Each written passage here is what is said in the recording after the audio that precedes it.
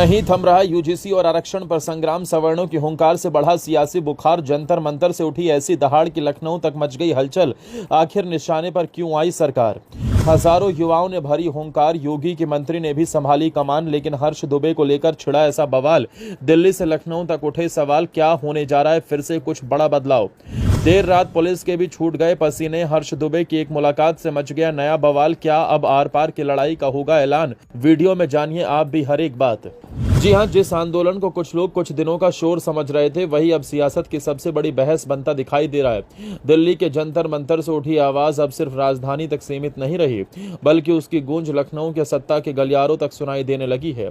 आरक्षण और यूजीसी के नए नियमों को लेकर शुरू हुआ ये संग्राम अब नई करवट लेता नजर आ रहा है। हजारों युवाओं और छात्रों की भीड़ जब जंतर मंतर पहुंची तो माहौल पूरी तरह बदल गया।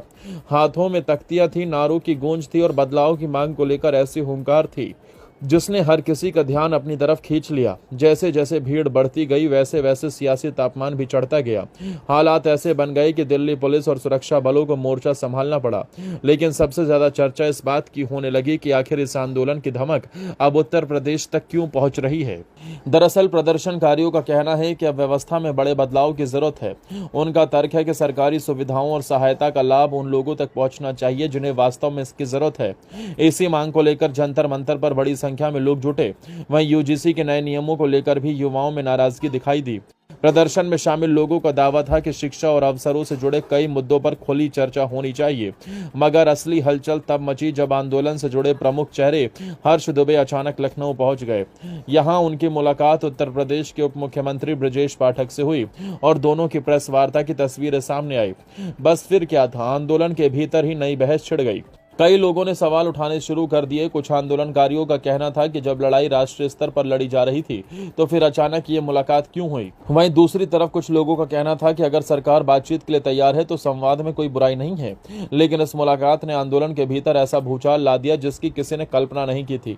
यहीं से योगी सरकार का नाम भी तेजी से चर्चा में आने लगा, क्योंकि जैसे ही लखनऊ में ये मुलाकात हुई, राजनीतिक गलियारों में नई समीकरणों की चर्चा शुरू हो गई।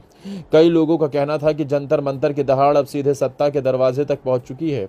वहीं विपक्ष भी पूरे घटनाक्रम पर नजर बनाए हुए है। आने वाले चुनावों को देखते हुए शिक्षा और युवाओं से जुड़े मुद्दों को अब बेहद अहम माना जा रहा है।